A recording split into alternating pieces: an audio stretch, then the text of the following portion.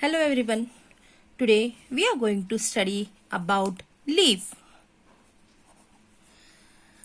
The leaf is the expanded part of the plant.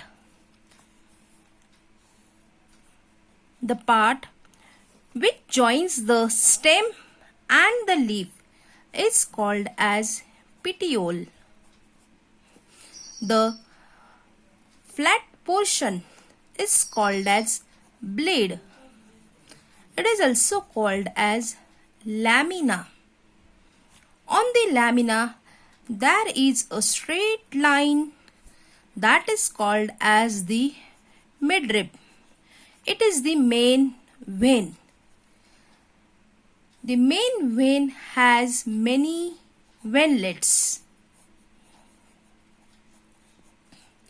The veins and the veinlets, they form a network, and these veins and veinlets perform the function of providing the nutrients to each part.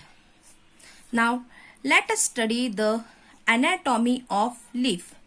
Anatomy means the internal structure. If you take the section of the leaf, if this is the leaf, you have to cut it with a sharp blade. Again, cut it very close to it. You get a section. The section is in this way. If you observe this slide under the microscope, you will find the following things. First, it has the layer of cells at the outer surface, and this layer is called as epidermis. Dermis meaning skin, epi means outer. So this is the epidermis. As it is on the upper side, it is called as epidermis. You know that if the leaf is placed in water, it does not get wet. It does not rot because on the upper side it has a waxy coating, and this waxy coating is called as cuticle.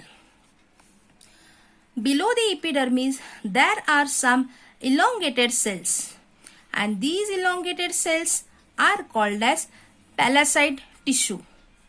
They are the parenchymatous cells.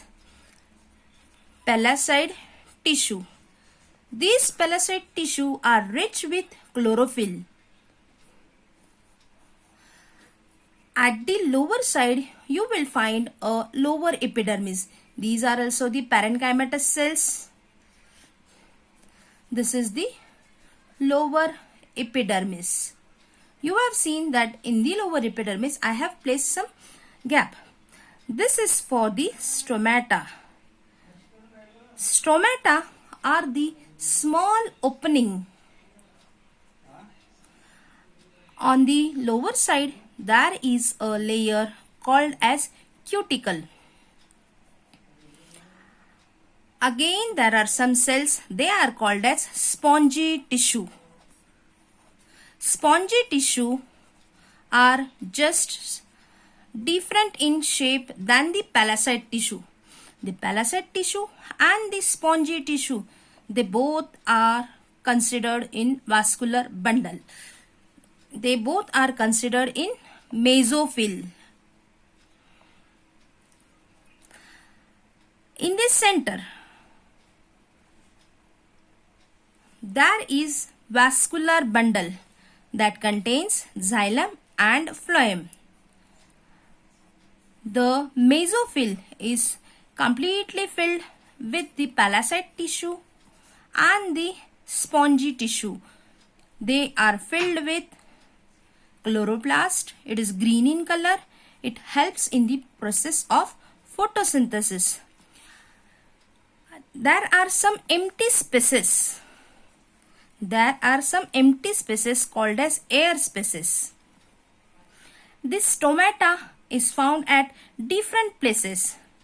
The stomata is generally kidney shaped, and the opening, that is called as stoma. The kidney shaped cells are called as guard cells. They help in exchange of gases.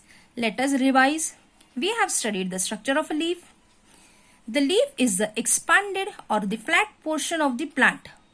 It is connected to the stem with the help of a stalk called as petiole. The flat part or the expanded portion is called as leaf blade or leaf lamina. The end of the lamina is called as leaf apex. In the middle you can see a line running, that is the midrib or the vein. The midrib has many branches and these are the ventlets. Vein and ventlets together they form a network which does the supply of water. Now let us see the internal structure of the leaf, and that is called as anatomy. In the anatomy we have to take this section of the leaf by cutting it with the help of a sharp blade. If you place this section under the microscope you will find the structure in such a way. At the upper side, you will find the parenchymatous layer, that is the upper epidermis. Above it, you will find the cuticle, it is a waxy cuticle. At the lower side also, you will find the same thing, that is the lower epidermis made up of parenchymatous cell. They are compactly arranged, but at some spaces, you will find there are an opening, that is a pore, that is the windows for the leaf. For exchange of gases, they are called as stomata. Below the lower epidermis also you will find a layer of cuticle. The middle part from the upper epidermis to the lower epidermis consists of the mesophyll. Mesophyll is again divided into palassate tissue and spongy tissue. And in the middle you will find the vascular bundle that consists of xylem and phloem for the conduction of water and food material. This spongy tissue and the palassate is completely filled up with the chloroplast used for photosynthesis. Again we have seen the structure of stomata. It consists the opening that is called as stomata and the guard cells. We have seen the structure of the leaf. In the next session we are going to study the structure of flower. Thank you.